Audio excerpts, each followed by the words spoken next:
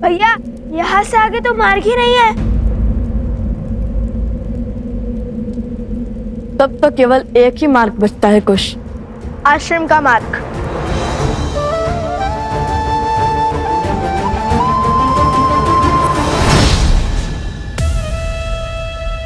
कुश, यदि माता सीता आश्रम में ही है तो फिर ये दोनों क्या बात कर रहे हैं? सुनती हूँ।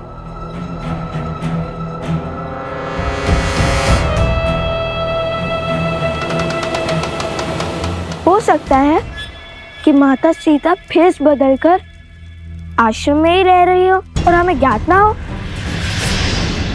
तो हमें ज्ञात कैसे नहीं होगा कुश? हो सकता है वो हमारे पास ही हो और हम उन्हें पहचान ना पाए हो। यदि वो आश्रम में ही है तो उन्हें कैसे खोजेंगे हम? माता सीता, माता सीता, माता सीता, माता सीता, माता सीता, माता सीता। ऐसे पुकार देके खोज लेंगे हम उन्हें, और इतनी करुण पुकार सुनकर शांत थोड़ी ना बैठेंगी वो। अच्छा, तुम्हें क्या लगता है तुम उन्हें पुकार दोगे और वे आ जाएंगी? तो कोई खेल थोड़ी है कुश। खेल तो अब मैं खेलूंगी, क्योंकि मेरी विजय का मार्ग तुम दोनों की मार्ग से मिलेगा अब।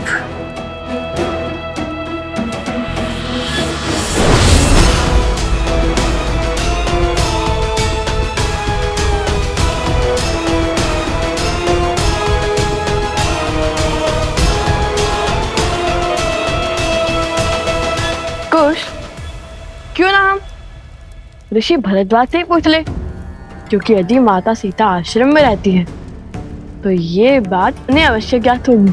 नहीं भैया, मेरा मन तो कहता है माता सीता आश्रम में ही होंगी।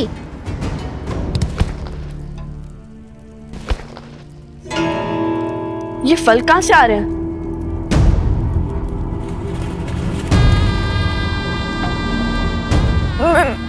मेरे फल, मेरे फल।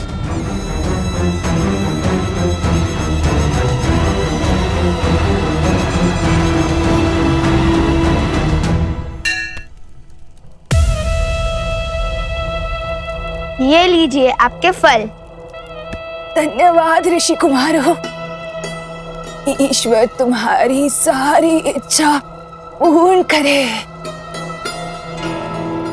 लाइए, अपनी टोकरी आगे कीजिए। इतने जत्नों से एकत्रित किए मैंने ये फल, इस अंधकार में उन्हें ठोकर लग गई तो इधर उधर फिर से गिर जाएंगे ये फल। मैं ठहरी एक वृद्ध साध्वी, कैसे ले जाऊंगी इन्हें मेरे साथ में? लाइए, हम आपकी सहायता कर देते हैं। बताइए, किस और रहती हैं आप? तुम दोनों चलोगे मुझे छोड़ने? अवश्य, आइए। इस समय फल क्यों एकत्रित कर रही थी, और वो भी इतने सारे? मेरा इस संसार में कोई भी नहीं है, मैं अकेली ही रहती हूँ और इसीलिए मैं फल इकट्ठे करने निकल जाती हूँ सांझ को। परंतु आज तनिक दूर आ गई हूँ और मार्ग भटक गई हूँ। तो आप भगवान वाल्मीकि के आश्रम में क्यों नहीं आ जाती? उसके द्वार सबके लिए खुले हैं। नहीं नहीं, कोई है जिसका दायित्व मैंने उठा रखा है। ये फल भी उसी के लिए ले जा रही थी मैं। किसके लिए? जो वर्षों से उस गुफा में तपस्या कर रही है। अपना तो अब कोई है नहीं, तो उसी की सहायता में स्वयं को व्यस्त रखती हूँ। वेशभूषा से तो साध्वी दिखाई देती है, परंतु रूप उसका महारानी सा सुंदर है। उनका नाम क्या है? नाम नाम तो स्मरण नहीं आ रहा है, परंतु हाँ, इतना ज्ञात है कि उस बेचारी को उसके पति ने त्याग दिया था, अपने घर से बाहर निकाल दिया था। क्या नाम है उसका? सीता।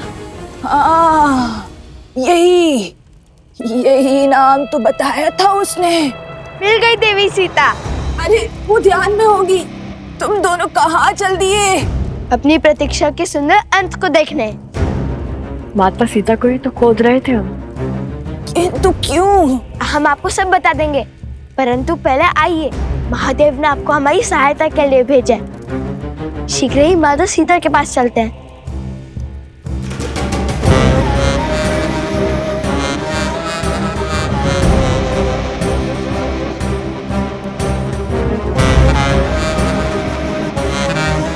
बस यही इसी गुफा में है वो देवी सीता।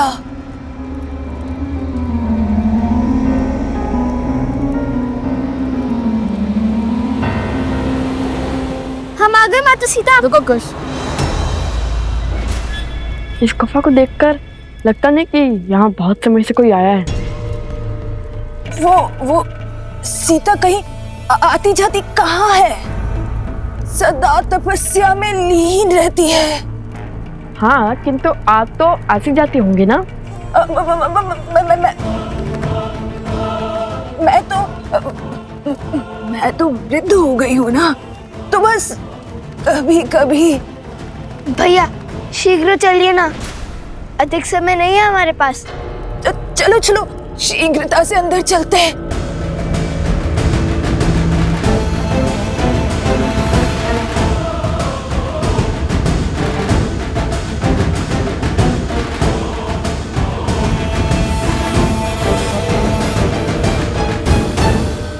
बस अब मैं और नहीं चल पाऊंगी। थोड़ी सी श्वास ले लो। तुम दोनों आगे जाकर बाएं मुड़कर आगे चले जाना, और फिर तुम गुफा के केंद्र तक पहुंच जाओगे।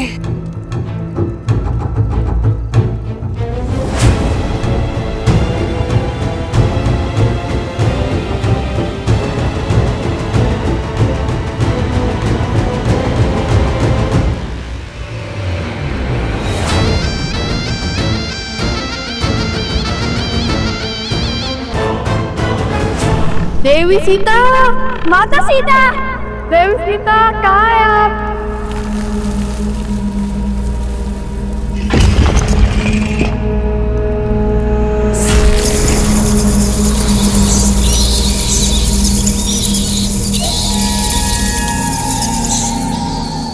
ये कैसी ध्वनि है? ये गुफा बहुत पुरानी है कुछ। आगे बढ़ते रहो, कुछ पत्थर गिर गए होंगे। देवी सीता, माता सीता, माता सीता। बातें तो बड़ी बड़ी कर रही थी, किंतु आपकी बहन कुछ कर भी पाएगी या आप?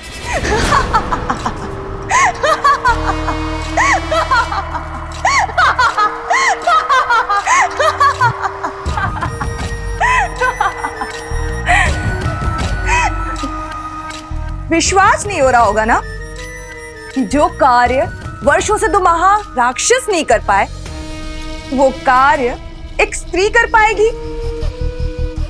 परंतु अब विश्वास होगा जब शूर्पणखा की गति और मति के समक्ष शीश झुकाएंगे आप लोग।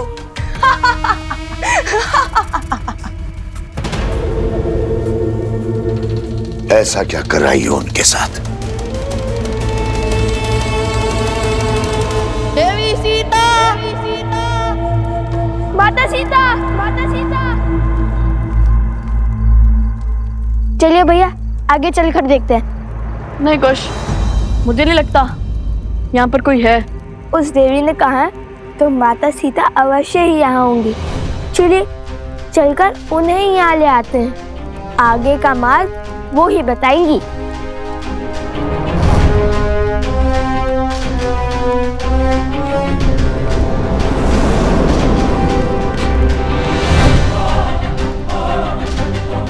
कहाँ गई वो? यही तो छोड़ा था, अवश्य ही बाहर चली गई होंगी।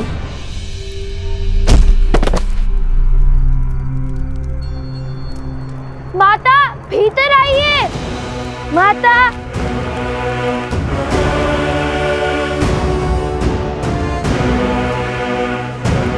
बताओगी भी, ऐसा क्या करके आई हो शूर्पणखा?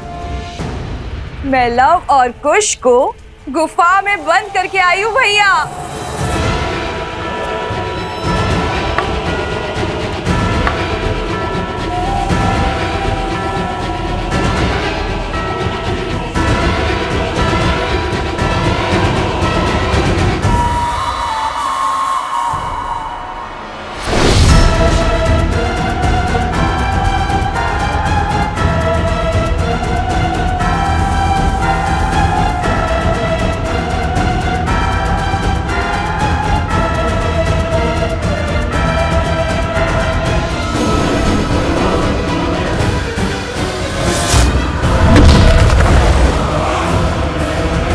वो दोनों मूर्ख बालक गुफा में बंद हो चुके हैं। गुफा में बंद करने से क्या होगा? हमें अपने राक्षसों को वहां भेजकर उनका अंत कर देना चाहिए। ऐसा कुछ करने की आवश्यकता नहीं है, क्योंकि वो दोनों मूर्ख बालक पूरी रात्रि गुफा में बंद रहेंगे और सीता को खोजने का समय खो चुके होंगे। और जब तक वो बाहर निकलेंगे, सूर्योदय हो चुका होगा। और तुम्हारे हर संदेह का उत्तर मैं नहीं, लव और कुश की मृत्यु देह देंगी। तब तक के लिए तुम आनंद उठाओ शूर्पणखा के षड्यंत्र का।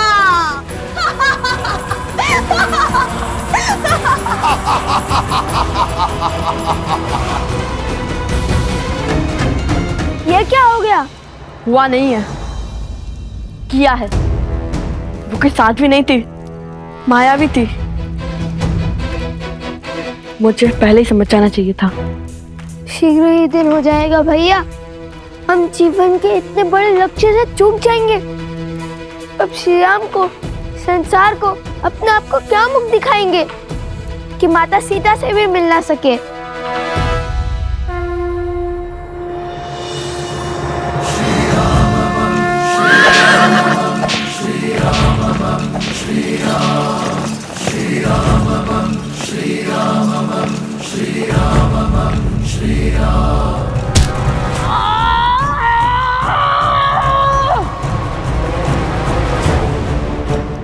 और बल लगा कुश, हमें ऐसे निकलना ही होगा। और बल।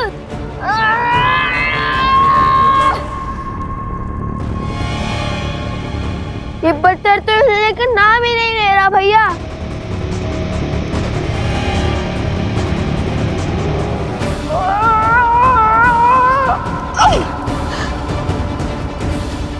यदि हम वहां नहीं पहुंचे तो अश्वमेध यज्ञ के अश्व का क्या होगा? श्री राम को लगेगा कि हमने हार मान ली है। संकट बड़ा है, किंतु ऐसा कोई संकट नहीं होता जिसका कोई हल ना हो।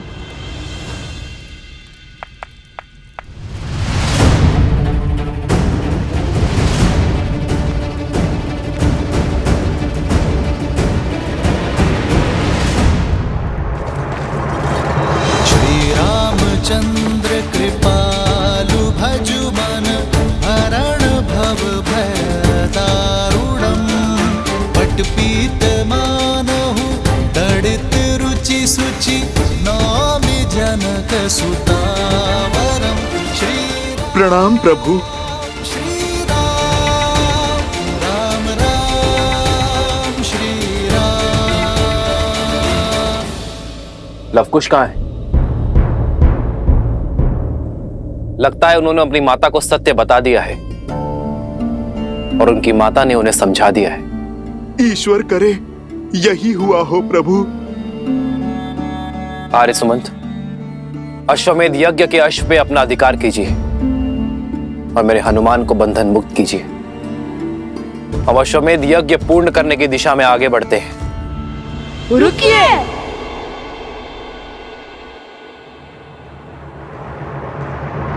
जो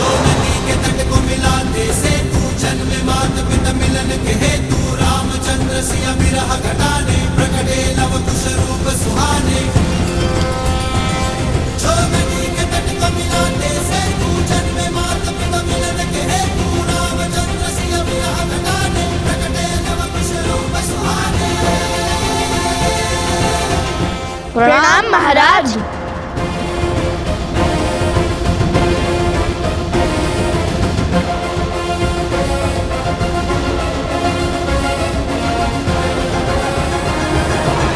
प्रणाम करके दंड से नहीं बच पाओगे तुम दोनों। बहुत विलंब कर दिया आने में तुम दोनों ने। ये विचार कर रहे थे कि युद्ध में जाए या नहीं।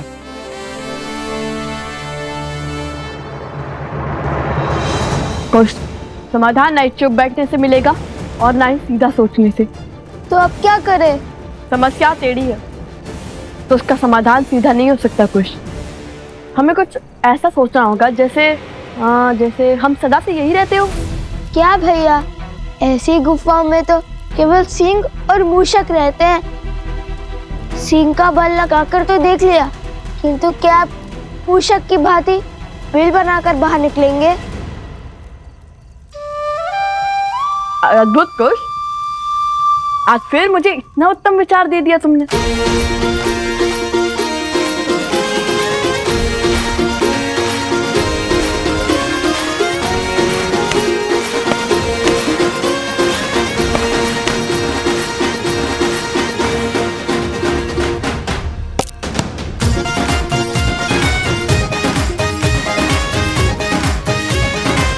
अरे भैया, भूमि के नीचे खोदने से तो 3-4 अश्वमेध यज्ञ संपूर्ण होने के बाद ही बाहर निकलेंगे।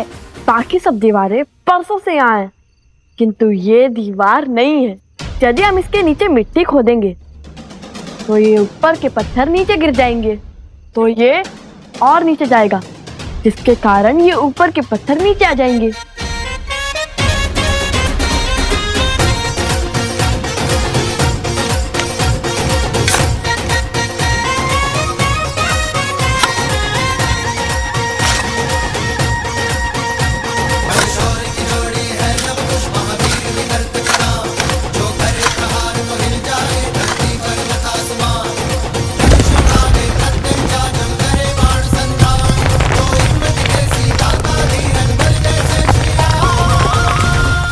विलंब से आए हैं किंतु उचित मार्ग पर आए हैं।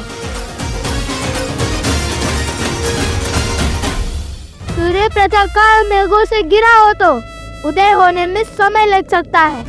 इसका अर्थ ये नहीं है कि उसने रात्रि से हार मान ली। अब किस माया में उलझाने आए हो? लड़ना है तो सामने से लड़ो।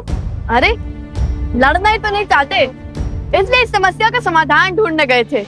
इस समस्या का एक ही समाधान है, तुम अपनी हट और अश्वमेध यज्ञ का अश्व दोनों छोड़ दो। नहीं श्री राम, इस समस्या का समाधान है देवी सीता।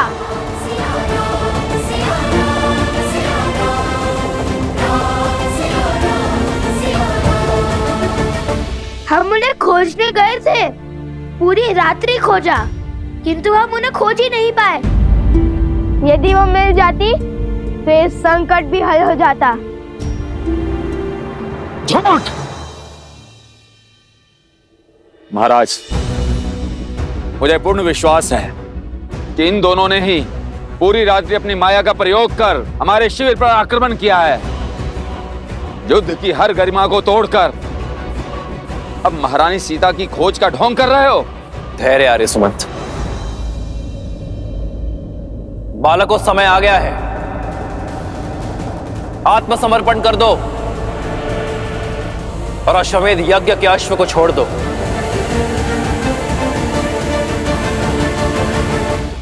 आर्य सुमंत, अश्व को लेकर चलिए। जी महाराज। गुरुदेव।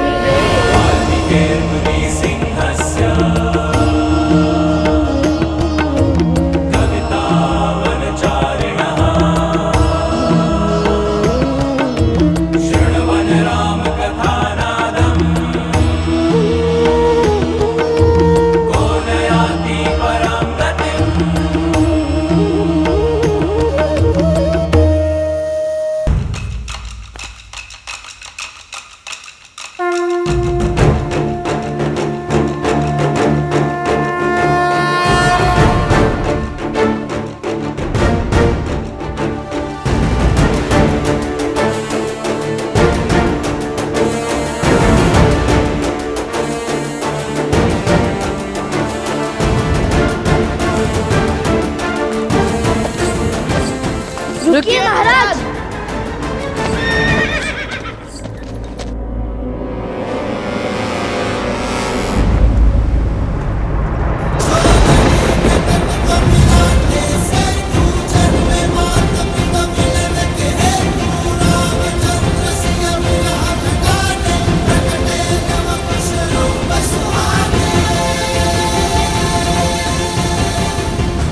क्या हुआ जो हम माता सीता को नहीं खोज पाए, किंतु कलंक और लांछन किसी का नहीं सहेंगे हम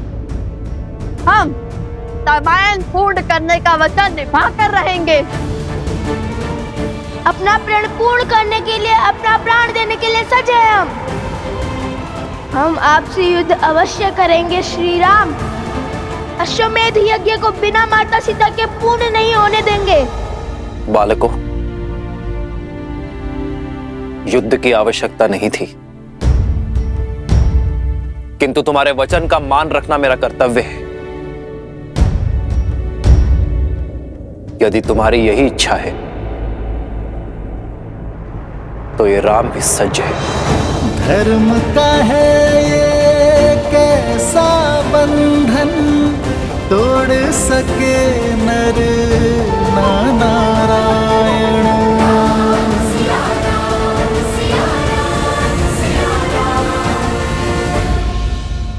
महादेव, मन अत्यंत विचलित हो रहा है। लवकुश के भविष्य की चिंता मुझे खाए जा रही है। क्या इस बार श्री राम अपने ही पुत्रों को? देवी, आप व्याकुलता में वास्तविकता को भूल रही हैं।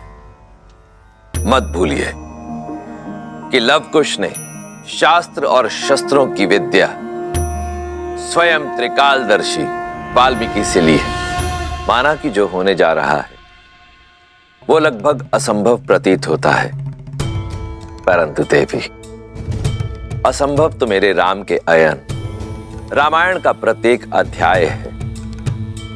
इसलिए ये संसार इस असंभव प्रतीत होने वाले युद्ध के लिए भी सज्ज हो जाए, क्योंकि ये वो युद्ध है जो आर्यावर्त के भविष्य को आकार देगा।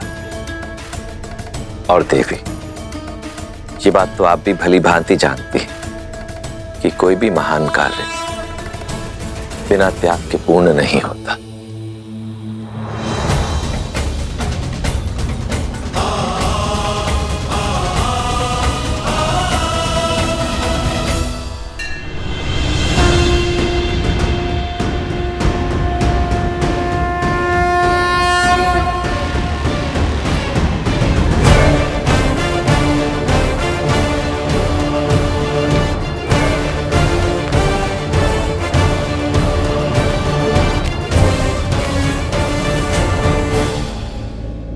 सुमंत जी, हमने चुनौती स्वीकार कर संसार के सबसे सुंदर गाथा की अपूर्णता को ललकारा है। रामायण को पूर्ण करने का बीड़ा उठाया है। और जब तक हम जीवित हैं, उस उद्देश्य से पीछे नहीं हटेंगे। वृक्ष की शाखा बनी है कुल्हाड़ी, शत्रु रची बड़ी योजना भारी। सिंह हुआ सिंह रक्त का प्यासा, शत्रु ने फेंका कैसा पासा। सरल नहीं कर्तव्य का पालन, ज्ञान यही देती रामायण। पिता चाहे रघुकुल का मान, सूत चाहे सीता सम्मान। भावों का ये है विचित्र संग्राम, जाने न सीता जाने न राम। प्रभु, आज तक आपके कही हर बात का अनुसरण किया है मैंने, बिना प्रश्न किए आपका आदेश माना है। इस संसार में ऐसा कोई बल नहीं जो मुझे आपके विरुद्ध करने का छल कर सके। किंतु आज अयोध्या का मान, हमारे ध्वज का सम्मान दांव पर लगा है, जिसकी रक्षा करने का दायित्व आपके पिता महाराज दशरथ ने मुझे भी सौंपा था। प्रभु, आप साधारण नहीं हैं और ये सत्य को हम सब जानते हैं। जिसके हृदय में इतनी उदारता हो, इतनी दया हो, जो मंथरा रावण जैसे पापियों को क्षमा करने का साहस रखे, उन्हें भी अंतिम अवसर थे, वो साधारण हो भी कैसे सकते हैं। परंतु प्रभु, ये दोनों अफसरों की क्षमा की हर सीमा को लांघ चुके हैं। इनका अंत ही न्याय होगा। आप बार बार इन्हें अवसर का उपहार दे रहे हैं।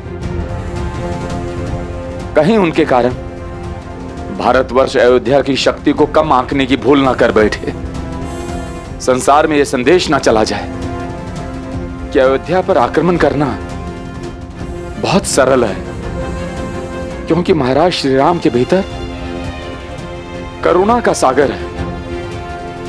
जो शक्तियां कौशल के धर्म प्रचार को रोकने में जुटी है, कहीं वो इस भ्रम में ना पड़ जाए कि आप अपने शत्रु को बार बार अवसर देते हैं। अयोध्या चट्टान से भी प्रबल है। एक चोट में कोई हानि नहीं होती, किंतु बार बार जब उसी स्थान पर चोट पड़े तो उसका टूटना स्वाभाविक ही है। नीति शास्त्र भी तो यही कहता है प्रभु,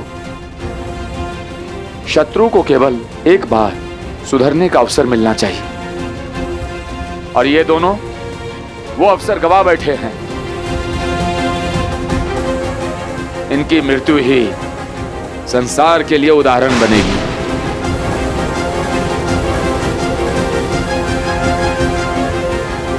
अयोध्या की शक्ति की प्रचारक बनेगी।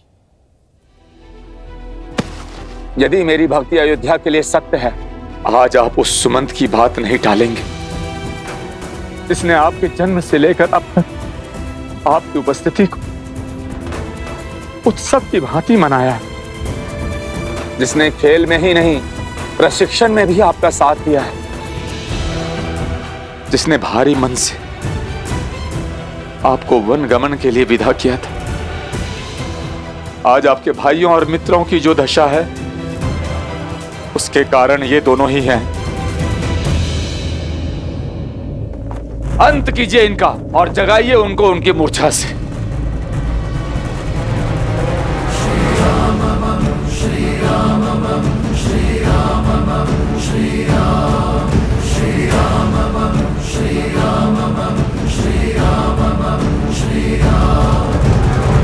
प्रभु, स्मरण कीजिए वो वचन जो आपने अपने भाइयों की पत्नियों को दिया था। यदि कल तक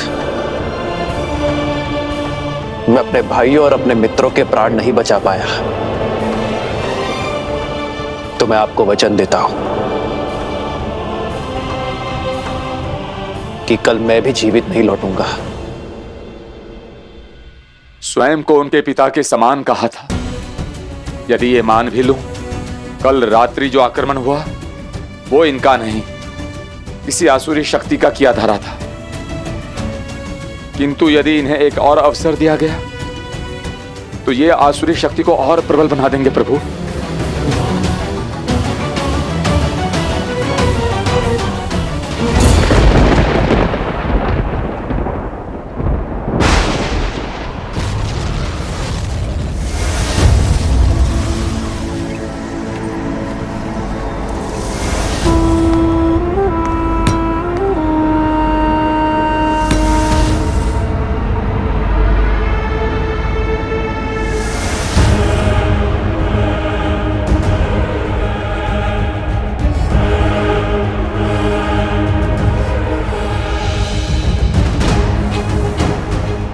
शत्रु पर तब प्रहार करो जब उसका बल और संबल टूटा हुआ हो।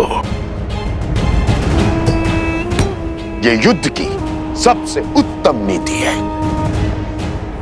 जब राम अपने पुत्रों को मारेगा तब वो टूट जाएगा, और तब हम उसकी संतान रूपी अयोध्या पर वार करेंगे। उन्हें संभलने का समय ही नहीं देंगे।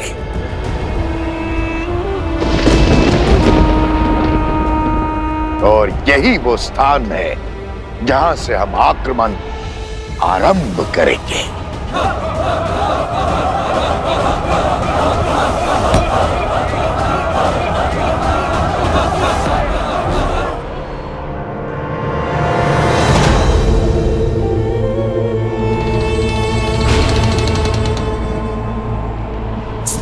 तो बड़ा ही उत्तम चुना है आपने भैया। अब हमारे सहस्त्र राक्षसों की सेना, अयोध्या का चिन्ह, राम राज्य का स्वप्न सब धराशाही कर देगी। बस अब पिता और पुत्रों में युद्ध शीघ्र ही आरंभ हो जाए। जीते चाहे कोई भी, विजयी तो हम ही होंगे। बस अब इस युद्ध में कोई बाधा ना बने। प्रभु, निर्णय की डोर आपने थाम रखी है। यदि आज अपने ही पुत्रों की मृत्यु का कलंक आप पर लगा, तो भगवान का ये भक्त प्रभु चुप नहीं बैठेगा।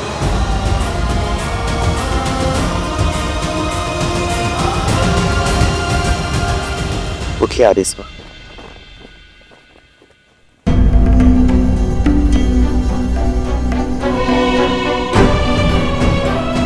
यदि लव और कुश को अंत करने के पश्चात प्रभु को सत्य का ज्ञान हुआ, तो प्रभु स्वयं को कभी क्षमा नहीं कर पाएंगे।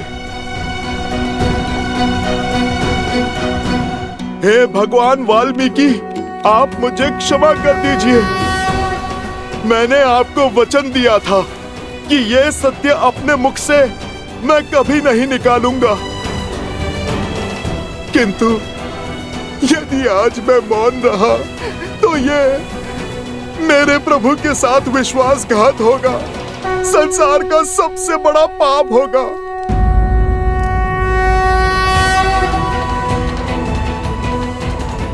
जब प्रश्न मेरे प्रभु की प्रतिष्ठा पर हो, तब ये हनुमान हर वचन, हर सौगंध, हर संबंध से परे है। समय आ गया है कि मैं वचन की बेड़ियां तोड़ मेरे प्रभु को सब सत्य बता दूं। उन्हें कौशल राज्य के आने वाले कल से प्रभु को मिलवा दूं। ये देखिए भैया,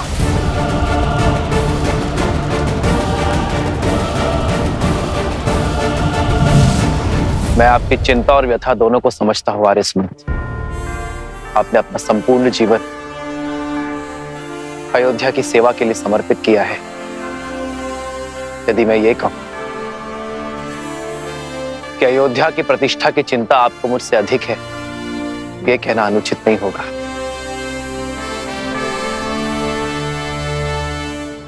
इन बालकों को इनके किए का दंड अवश्य मिलेगा। श्री राम श्री राम श्री राम। इनकी कथा अयोध्या को कलंकित नहीं करेगी आर्यसमंत। श्री राम, उठाइए अपना धनुष और कर दीजिए सुमंत जी की इच्छा पूर्ण। कर दीजिए लवकुश का अंत।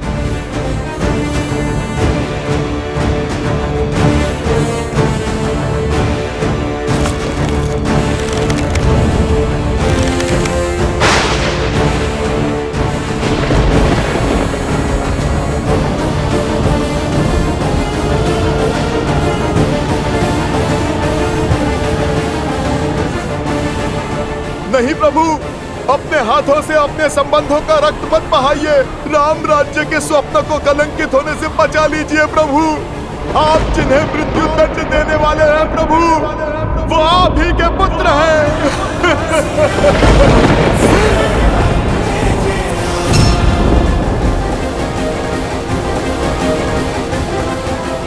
नहीं, ये नहीं हो सकता।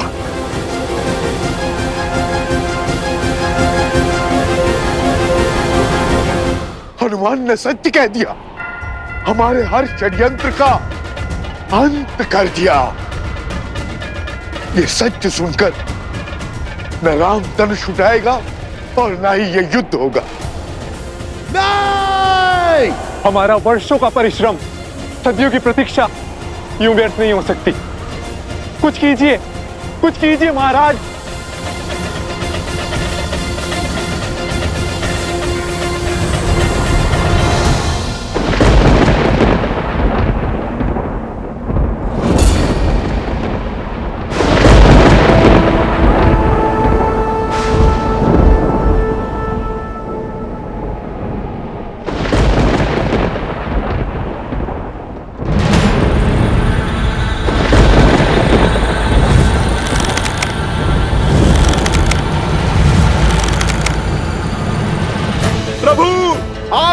कीजिए ये युद्ध, त्याग कीजिए ये अस्त्र। प्रभु मत कीजिए ये अनर्थ। प्रभु रुक जाइए।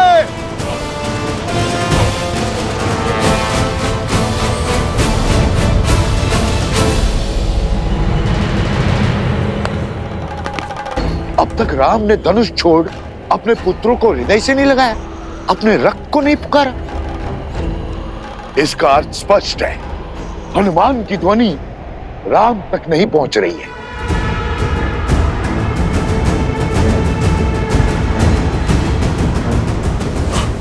मेरी ध्वनि प्रभु तक क्यों नहीं पहुंच रही? रुक जाइए प्रभु श्री राम, प्रभु श्री राम, प्रभु श्री राम, रुक जाइए प्रभु श्री राम, श्री राम। लवकुश, तुम मेरी पुकार सुनो।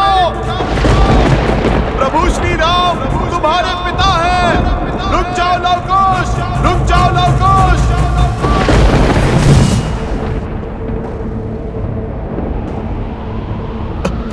ये क्या हो रहा है?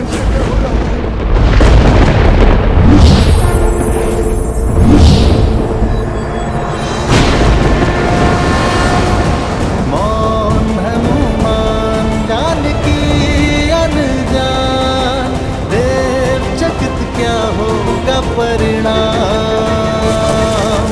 राम सिया राम, सिया राम, सिया राम, राम सिया राम, सिया राम।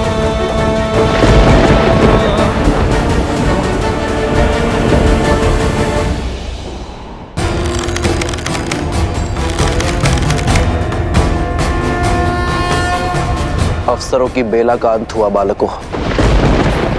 अब उद्दंडता के दंड की बारी है। शस्त्र चलाइए महाराज। आज या तो रामायण संपूर्ण होगी या हमारी जीवन यात्रा। आपके हाथों से मृत्यु को प्राप्त हुए भी तो हमारा जीवन तो धन्य हो जाएगा ना श्री राम। नहीं प्रभु, नहीं।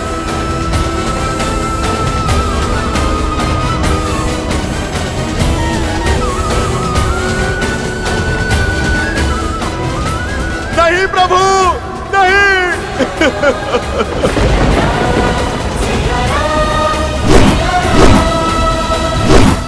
प्रभु श्री राम, प्रभु श्री राम, रुक जाइए प्रभु श्री राम, श्री राम।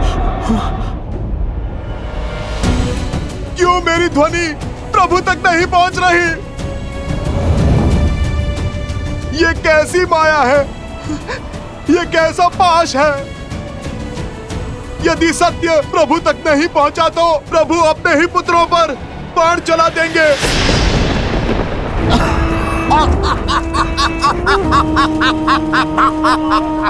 क्या माया रची है शूर्पणखा! अद्भुत, अप्रतिम!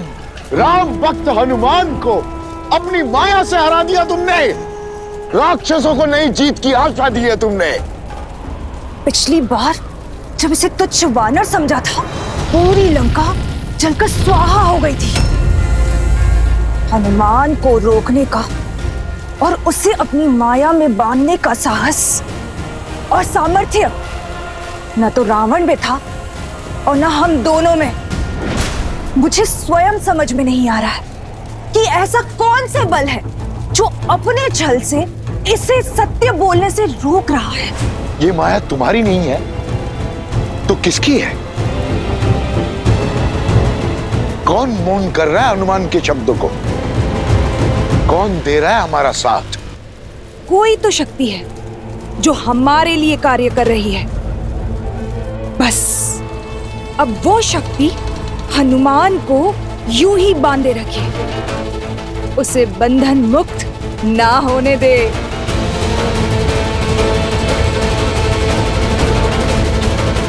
नहीं, मुझे ये बंधन तोड़ना ही होगा।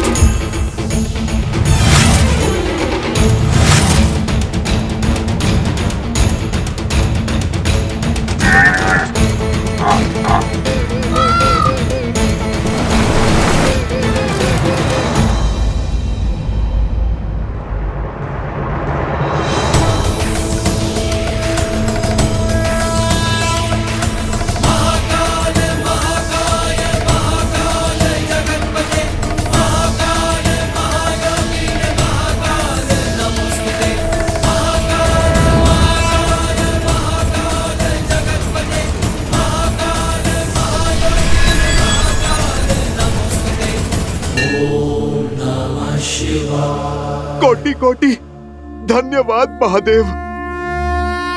आपने समय चक्र रोककर बहुत बड़ी सहायता की है मेरी। मैं अभी जाकर प्रभु को रोकता हूँ। नहीं हनुमान, रुकने की आवश्यकता उन्हें नहीं, तुम्हें है। मुझे? क्यों महादेव? मैं तो संसार के सबसे बड़े सत्य से आवरण हटाने जा रहा हूँ महादेव। एक पिता को अपने पुत्रों का संहार करने से रोकने जा रहा हूँ। देखिए ना आप, कैसी घोर विडंबना है। ना पिता को पुत्रों के अस्तित्व का भान है और ना ही पुत्रों को पिता के व्यक्तित्व का। ये सब देखकर कैसे जीवित रहूं मैं? प्रभु और उनके पुत्रों के बीच अनर्थ घटने के बाद मैं जीवित रहकर भी क्या करूं? महादेव, यदि ये अनर्थ हुआ तो मेरी सारी भक्ति भस्म हो जाएगी, सारा तप स्वाहा हो जाएगा। पाप के इस भार के साथ महादेव नहीं जी पाऊंगा मैं।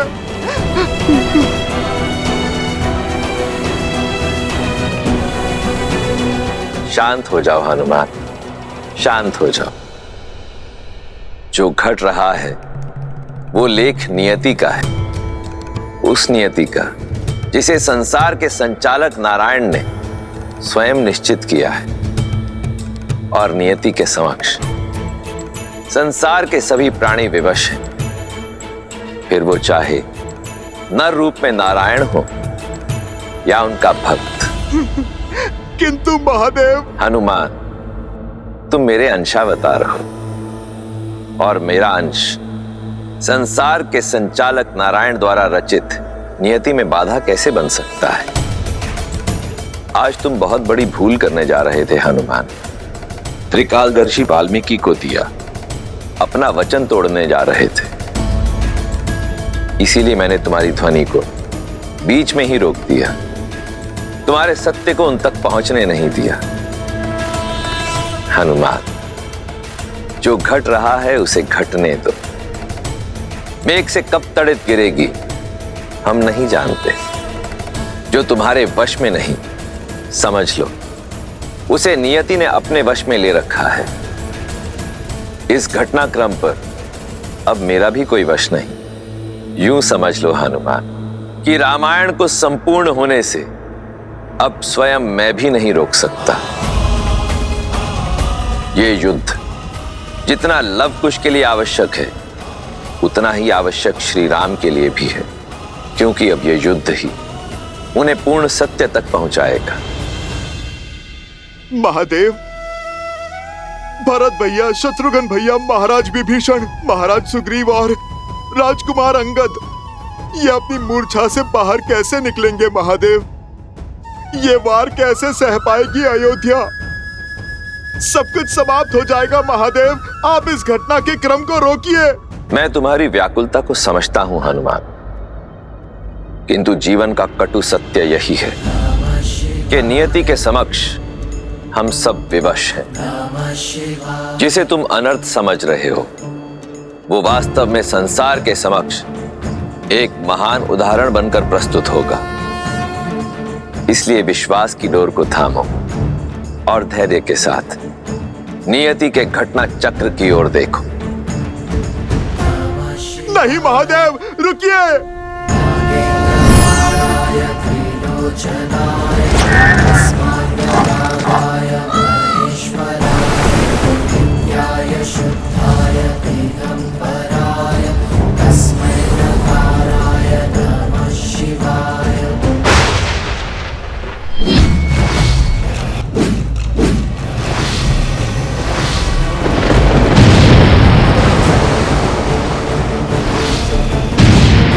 उत्तम, अति उत्तम। आज हनुमान का प्रयास विफल हुआ। अब हमारी जीत और रघुकुल का अंत निश्चित है भैया।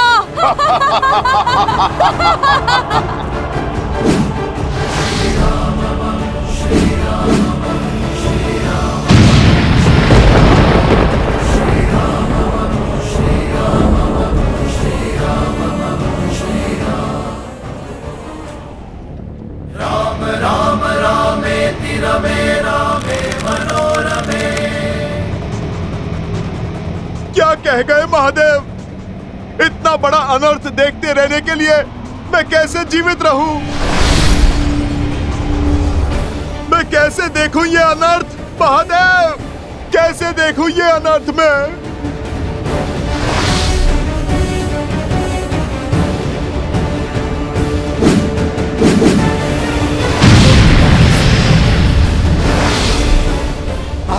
नहीं आ रहे सुमंत।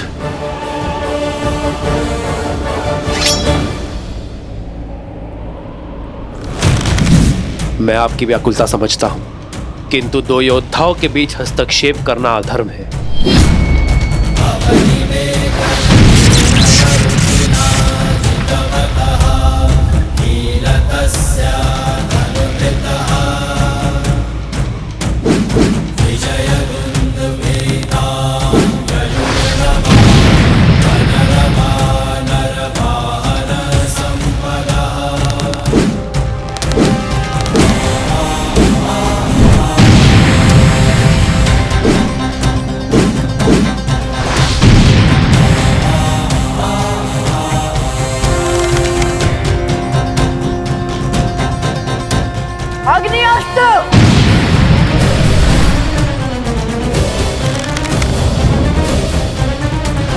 जलास्त्र।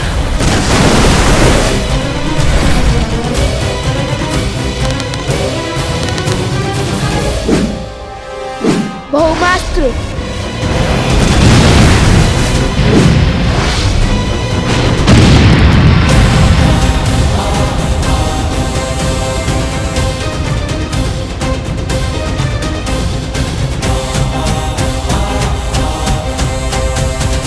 देवराज, हमें इस युद्ध में हस्तक्षेप कर इस युद्ध को रोकना होगा।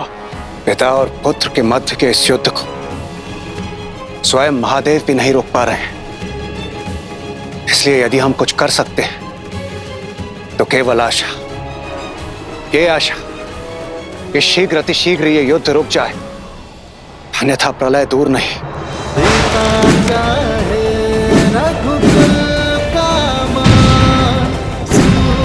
चाहे सीता सम्मान, भावों का ये है विचित्र संग्राम, जाने न सीता जाने न राम। राम सिया राम सिया राम सिया राम, राम सिया राम। आर्य, ये नियति ने हमें धर्म संकट में डाल दिया है। अयोध्या से निकलते समय इतनी दूर आ गई थी जहां अयोध्या की स्मृतियां तक न पहुंचे। वर्षों वियोग सहा, किंतु इतने वर्षों के बाद विरह की असहनीय पीड़ा सहने के बाद अब भाग्य ने आपको मेरे इतने समीप लाकर कैसे खड़ा कर दिया? अरे कैसे? माता वन देवी कहाँ है? यहाँ तो कहीं नहीं दिखी।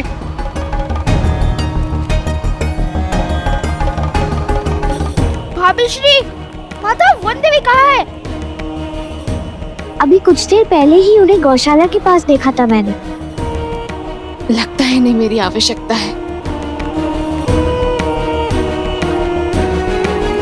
चलो, ये उत्तम है। माता वन देवी यही आश्रम में व्यस्त है। जब तक लवकुश न आ जाए हमें तनिक सतर्क रहना होगा। चाहे जो हो जाए, वन देवी आश्रम से बाहर नहीं जानी चाहिए।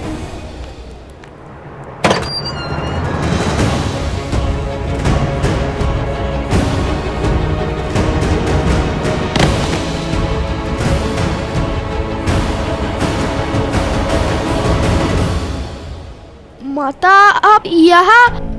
भाभी माँ प्रसूता ने तो कहा था कि आप गौशाला में हैं। लवकुश कहाँ है? वो बोलो सोमकरण, कहाँ है लवकुश? वो यही है माता। यही है? कहाँ है वो? अज्ञान कक्ष में है, रामायण को संपूर्ण करने में जुटे हैं।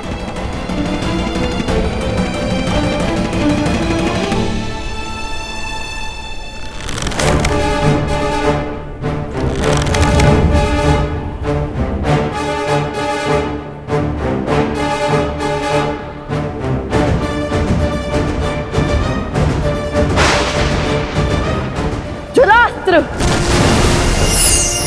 वयावह अस्त्र।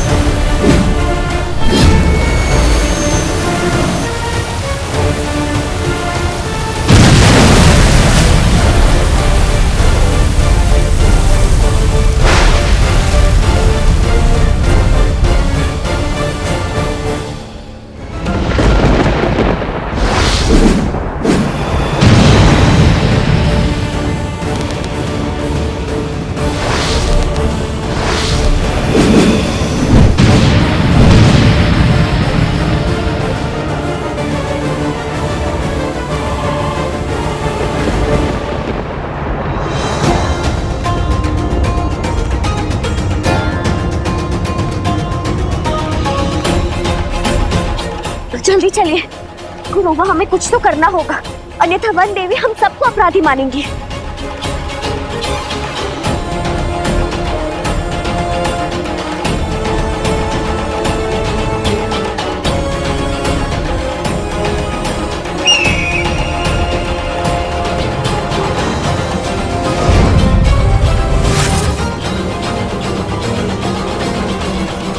ये क्या बाधा आ गई है भैया? यदि सीता को सत्य का भान हुआ तो वो राम और लवकुश का ये युद्ध रोक देगी।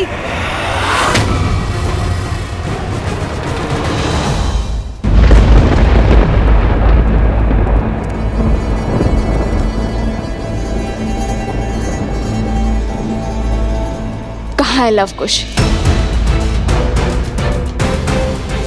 यहाँ तो कोई नहीं है।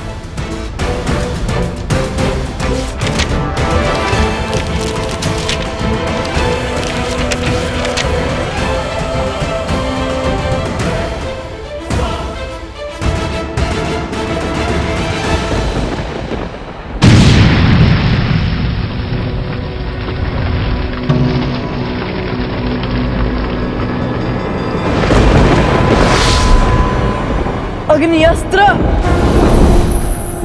वरुणास्त्र,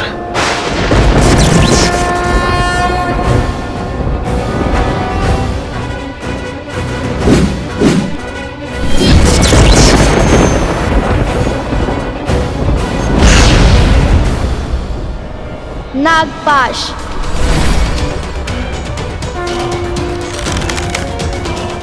गरुड़ास्त्र,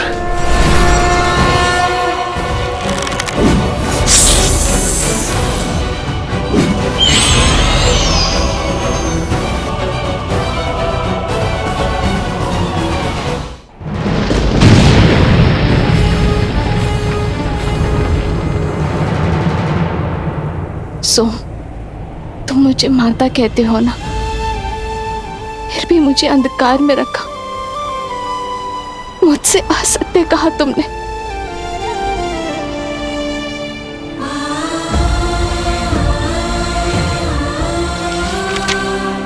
यदि आज मैं तुम्हारी बात अचानक ना सुन लेती तो कदाचित यहां ढूंढने ना आती, तुम पर विश्वास कर लेती। छल का आवरण हट गया है सोम, अब मुझे केवल सत्य सुनना है। बताओ कहाँ है लवकुश?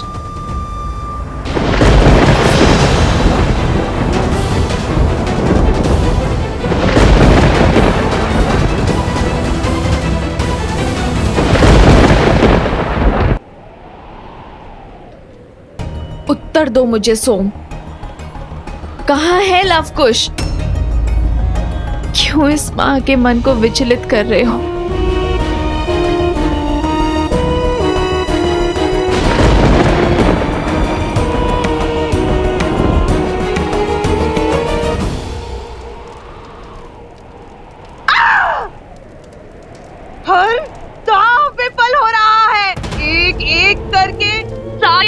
खुलते जा रहे हैं भैया। निश्चिंत रहो बहना, युद्ध भीषण मोड़ ले चुका है। हमें शीघ्र ही उचित अवसर मिलेगा राम की अयोध्या पर प्रहार करने का। इस मौन का क्या अर्थ है सोम? उत्तर क्यों नहीं दे रहे हो तुम? सत्य क्यों नहीं बता रहे हो?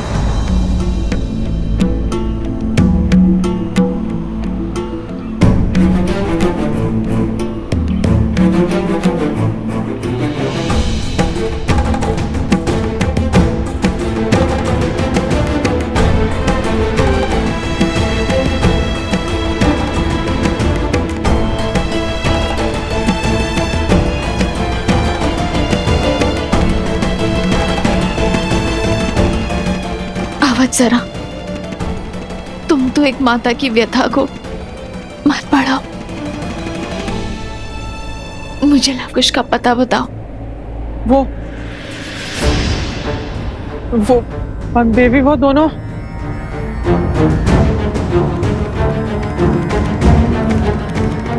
वन देवी की चिंता भी अनुचित नहीं है।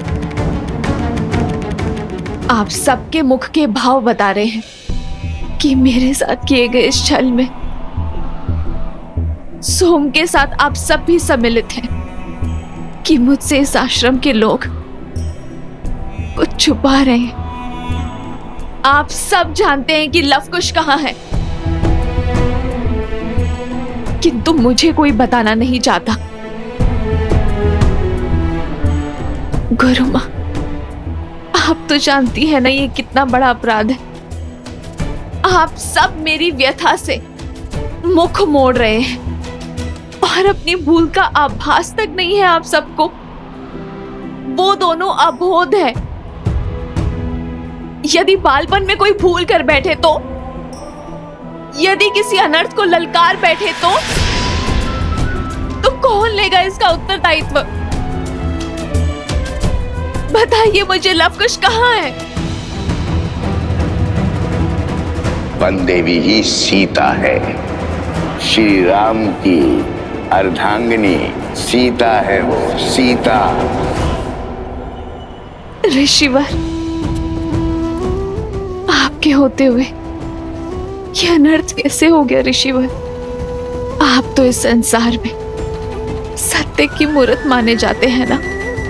मेरे पुत्रों का सत्य बताइए ऋषिवर, बताइए ना कि मेरे पुत्र मुझसे क्या छुपा रहे हैं। माता वन देवी,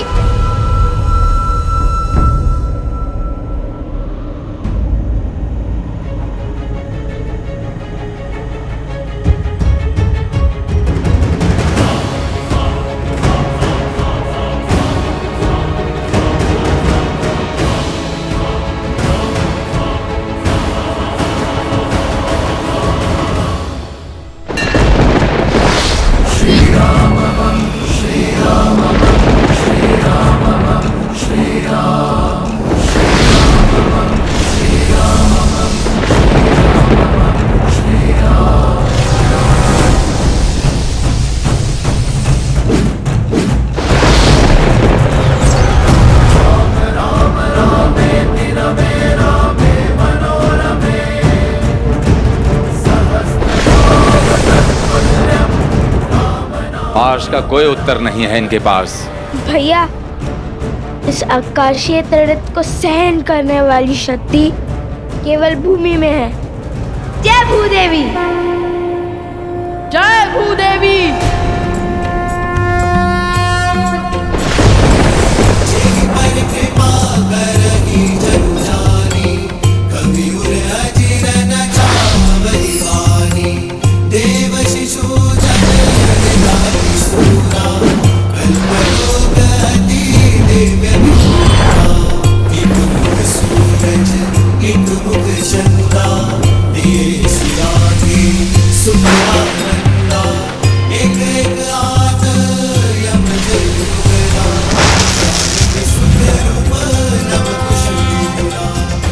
असंभव।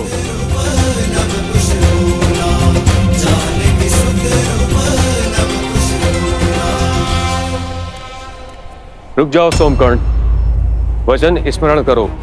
जब तक भगवान वाल्मीकि लौट के नहीं आते तब तक हम सत्य नहीं कहेंगे। तुम्हारा कुछ भी कहना भगवान वाल्मीकि के विरुद्ध जाना होगा सोमकर्ण।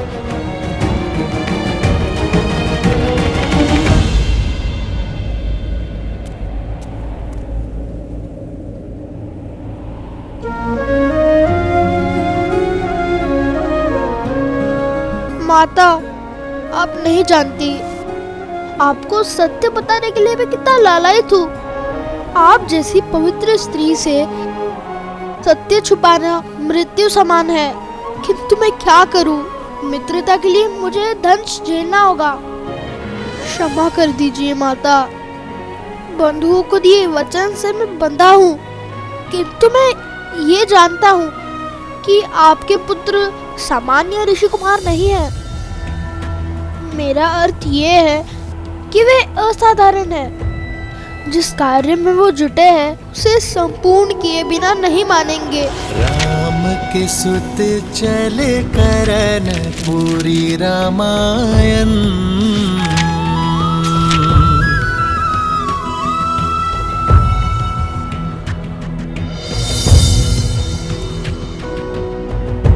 आपसे असत्य कहने का पाप किया है, दंड तो मुझे मिलना ही चाहिए। आपको हमारी सौगंध है माता, जब तक हम रामायण संपूर्ण ना कर ले आप हमसे इस संदर्भ में कोई भी प्रश्न नहीं करेंगे।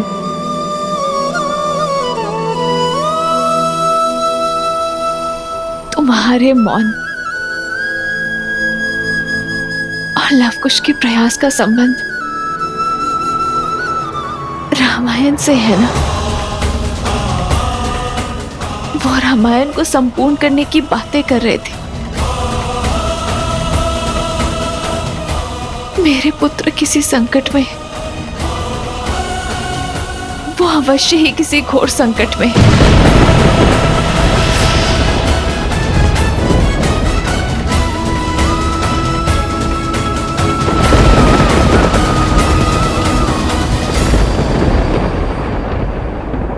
आप निभाइए अपना वचन, मैं अपना निभाऊंगी। मैं अपने पुत्र को संकट के मुख में नहीं जाने दूंगी। मेरे पुत्र अवश्य ही किसी संकट में रामायण को संपूर्ण करने की आहुति मेरे पुत्र नहीं देंगे, कभी भी नहीं। बिछड़ने का निर्णय श्री राम और सीता दोनों का था, और पुनः मिलने का निर्णय भी उन्हीं का होगा। विरह की इस अग्नि के ताप में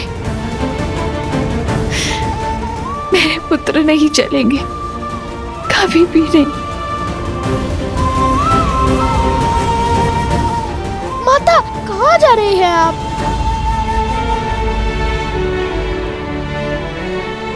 अपने पुत्र को खोजने। मैं एक माता की ममता का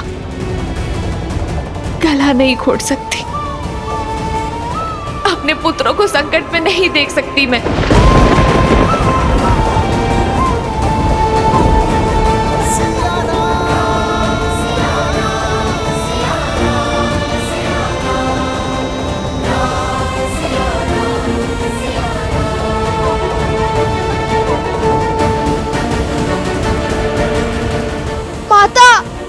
नहीं सोम, नहीं, हमने जो करना था कर दिया। अब प्रश्न एक माँ की ममता और उनके पुत्रों के जीवन का है। हम इसमें हस्तक्षेप नहीं करेंगे। ये परीक्षा केवल वनदेवी की नहीं, लव और कुश की भी है।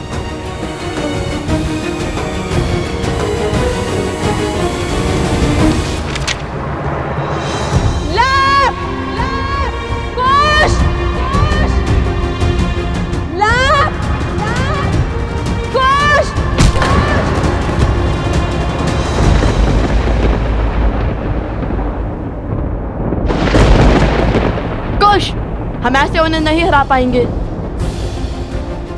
हमें अलग अलग दिशाओं से इन पर वार करना होगा।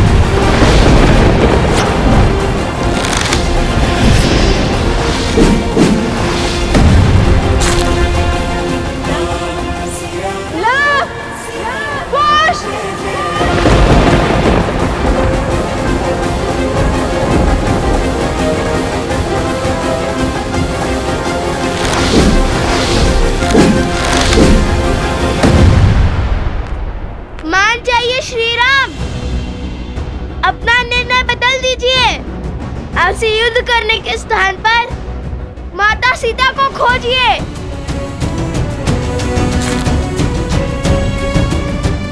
रामायण संपूर्ण कीजिए, अन्यथा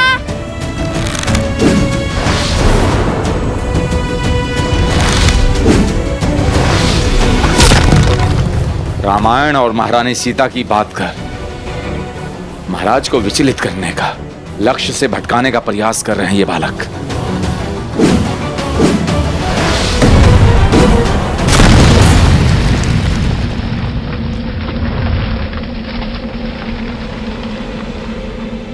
नहीं,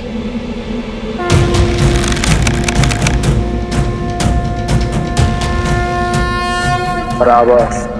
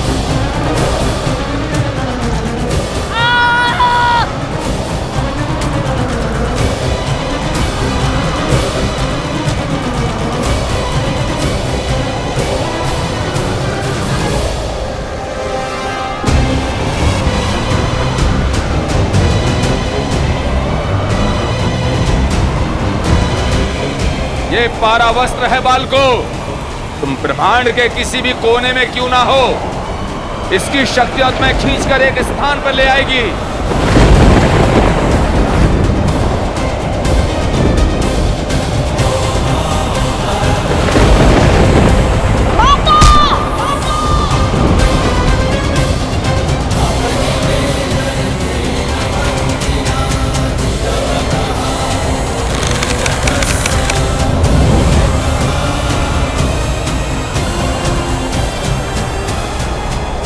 नहीं, ये नहीं हो सकता। प्रभु पशुपात अस्त्र का आवाहन नहीं कर सकते।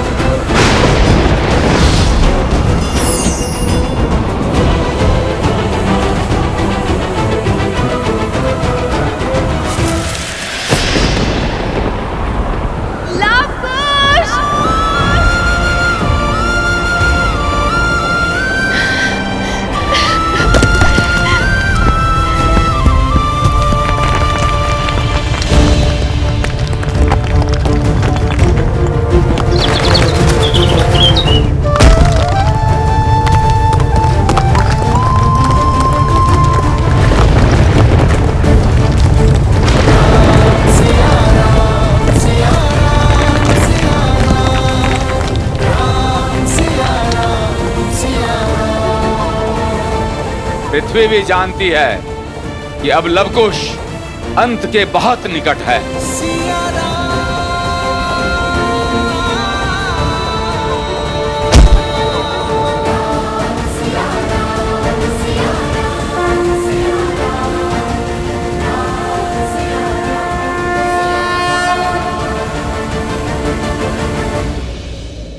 एक माता के आंसुओं का भार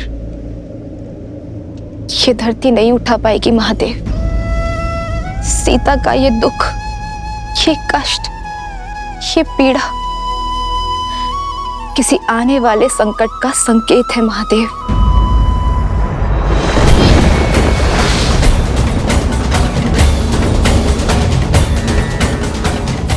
हे महादेव, मेरे पुत्रों की रक्षा कीजिए। मैं नहीं जानती कि वो किस विपत्ति में है, किस संकट में फंसे हैं। महादेव, आप उन्हें हर संकट से निकालिए, उनकी रक्षा कीजिए महादेव, उनकी रक्षा कीजिए।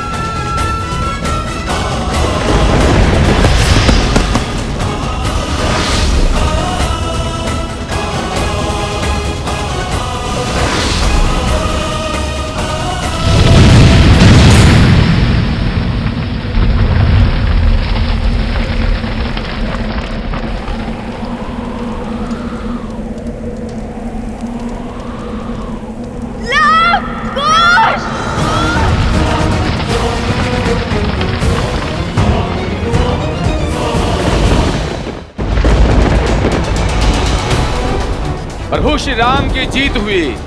जय श्री राम, जय श्री राम। अंततः आपने उन उदंडी बालकों को मृत्यु दंड दे ही दिया।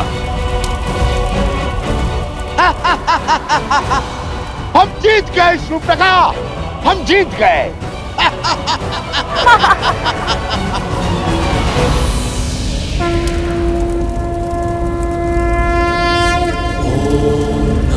शिवाय, ओम नमः शिवाय, नमः शिवाय,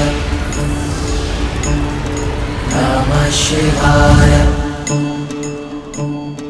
नमः शिवाय, नमः शिवाय, नमः शिवाय, नमः शिवाय, नागेन्द्रहाराय त्रिलोचनाय अस्माकरागाय महेश्वराय नित्याय शुद्धाय दिगंबराय तस्मै नकाराय नमः शिवाय, नमः शिवाय।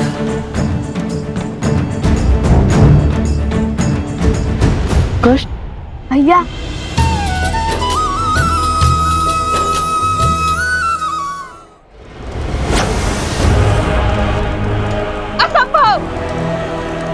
राम के प्रहार से ये दोनों जीवित कैसे बच सकते हैं? ये कैसे हुआ भैया?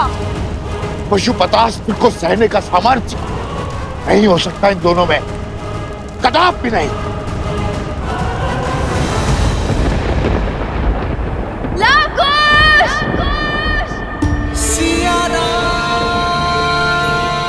आर्य सुमन, आप अश्व को लेकर आइए। मैं हनुमान को बंधन मुक्त करता। जी महाराज।